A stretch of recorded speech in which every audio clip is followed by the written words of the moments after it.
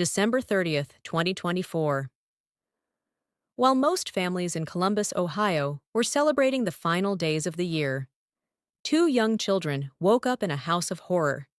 Their parents, Spencer and Monique-Tepe, lay dead in their bedroom, shot multiple times. The couple who had everything: a beautiful home, thriving careers, and a love story that seemed like a fairy tale, were gone in an instant. But the most chilling part? Police believe the killer was someone Monique once promised to love forever. This is the story of love, jealousy, and a calculated murder that left a community in shock. Welcome to Crime Max. If you're new here, hit that subscribe button and turn on notifications, because we dive deep into the darkest true crime cases that will leave you questioning everything. Before we dive into this heartbreaking case, let's talk about who Spencer and Monique-Tepe really were. Because they weren't just victims. They were real people with dreams, passions, and two beautiful children who needed them. Spencer Tepe, 37 years old, was a respected dentist in Athens, Ohio. Colleagues described him as dedicated, compassionate, and someone who genuinely cared about his patients. He was fluent in Spanish and made it his mission to serve underserved communities. Monique-Tepe, 39, had a background in childhood education. Friends and family remembered her as warm, patient, and joyful a mother who lived for her children. She loved baking, creating memories, and making everyone around her feel loved. The couple met on Bumble and married in January 2021. During their wedding vows, Monique said something that now feels tragically prophetic. "I had quite a journey to get to you. Countless bad Bumble dates, wrong relationships, and waterfalls of tears. But it was worth every cringing second because it led me to you." From day one, I knew you were something special. I had quite a journey to get to you. Countless bad Bumble dates, wrong relationships, and waterfalls of tears. But it was worth every cringing second because it led me to you. They had a 4-year-old and a 1-year-old. A perfect little family in their Wineland Park home, just north of downtown Columbus. But someone from Monique's past was about to shatter everything. December 30th started like any other Monday morning.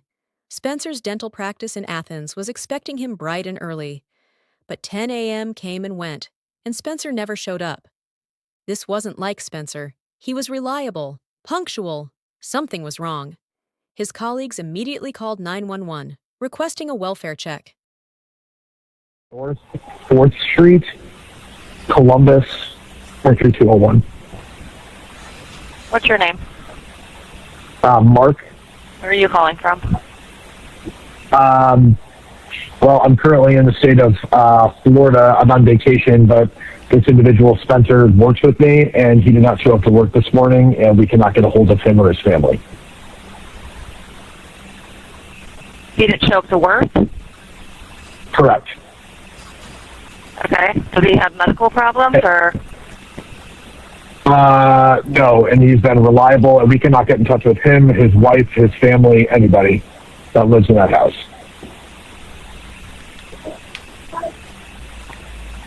Okay. So There's you're 2 in kids in Florida. the home. I'm in Florida. I own the business. I was informed by my employees that he was not at work, and he runs the office. Okay. How old is Spencer? Spencer is, 36, I believe. 37. What's his last name? Tepe, T as in Thomas, E, P as in Paul, E, Tepe. Have you guys received anything else, like calls about him or like a car accident or anything like that? No, sometimes people just don't show up to work. I mean, maybe he's sick, I don't know. But he's 36, his name's Spencer Tepe. What's he look like? Is he white, black, Hispanic? He's white. He's probably 6'2", blondish hair. Probably 185 pounds. So did you receive information that he may have been involved in an accident, or? No, ma'am. I just know that he is the most, like, he is always on time, and he would contact us if there is any issues whatsoever. And I just don't know how else to say this. Like, we're very, very concerned because this is very out of character. And we can't get in touch with his wife, which is probably the more concerning thing. Okay, we will send somebody over as soon as we have an officer available, okay? Okay, thank you very much. At first, there was confusion. The officer who was dispatched went to the wrong address. He knocked on doors, checked backyards, and found nothing unusual, because he wasn't at the right house. Meanwhile, a friend of Spencer's, growing increasingly worried, decided to check on the family himself. Around 10:30 a.m., he arrived at their North 4th Street home. What he found would haunt him forever. There's a body, the friend told the 911 dispatcher, his voice shaking.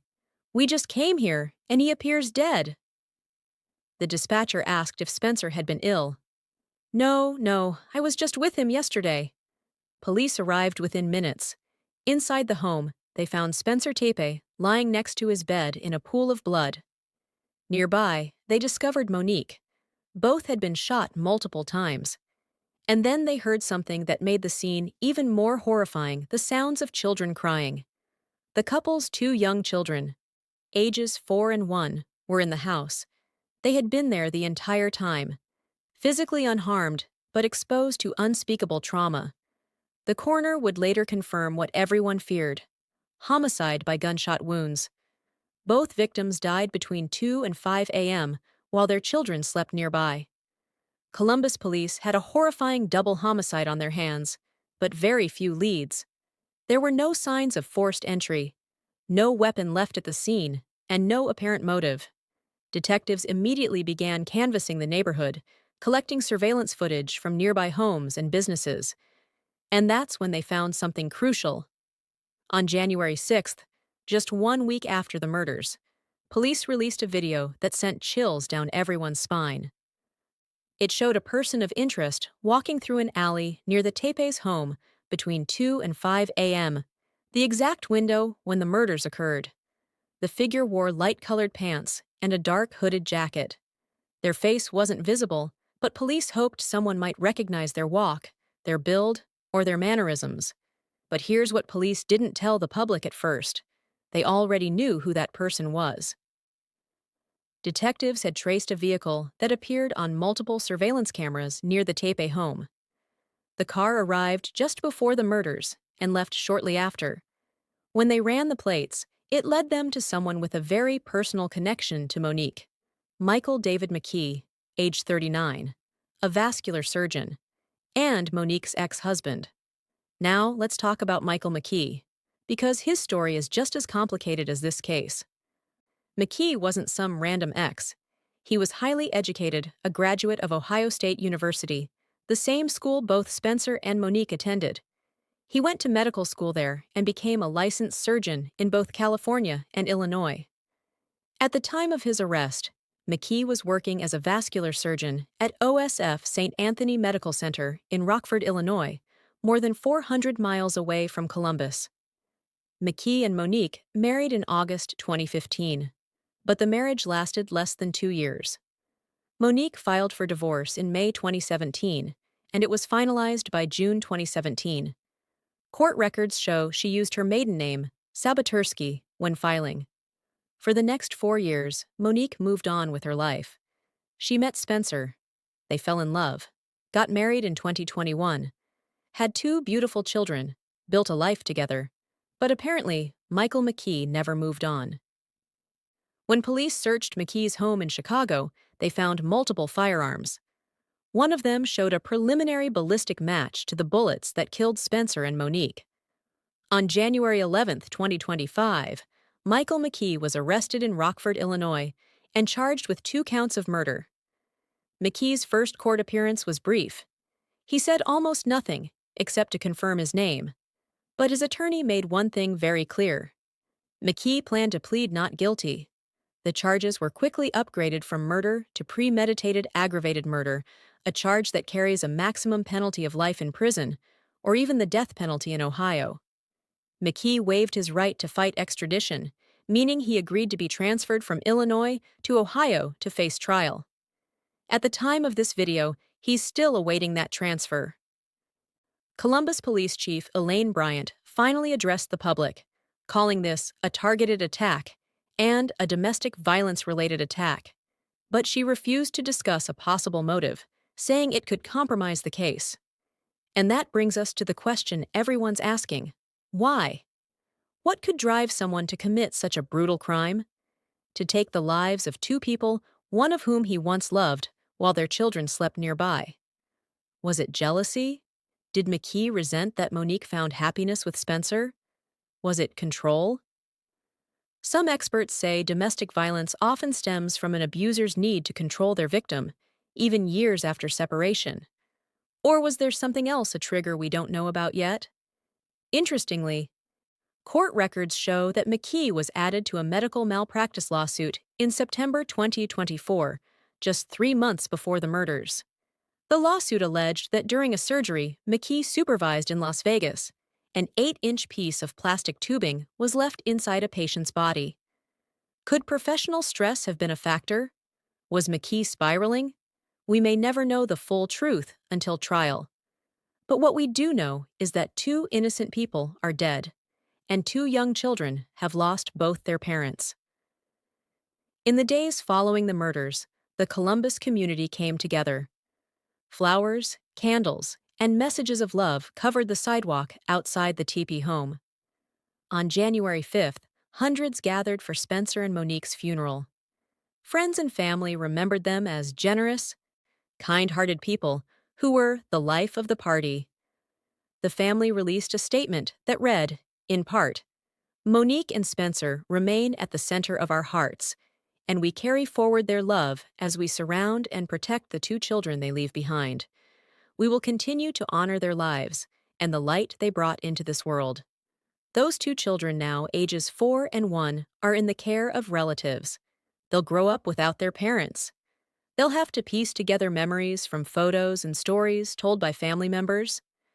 They'll never remember their father teaching them to ride a bike, or their mother baking cookies with them on Sunday mornings, or the sound of their parents' laughter echoing through the house, all because someone couldn't let go of the past. The Michael McKee case is still developing. His trial hasn't begun yet, and legally, he's innocent until proven guilty. But the evidence investigators have gathered paints a disturbing picture of premeditation and violence. Here's what we know for certain. 2 people are dead. 2 children are orphaned. A man with everything, a medical career, education, opportunities, allegedly threw it all away for revenge. And a community is left asking, how do we prevent tragedies like this from happening again? If you or someone you know is experiencing domestic violence, please reach out. The National Domestic Violence Hotline is available 24/7 at 1-800-799-7233. Leaving an abusive relationship can be the most dangerous time. You don't have to face it alone. What do you think about this case? Do you believe McKee will be convicted? What should his sentence be if found guilty? Let me know in the comments below. If you found this video informative, please hit that like button and subscribe to Crime Max for more true crime content. And remember, behind every case, there are real people, real families, and real lives forever changed. Rest in peace, Spencer and Monique. Your light won't be forgotten.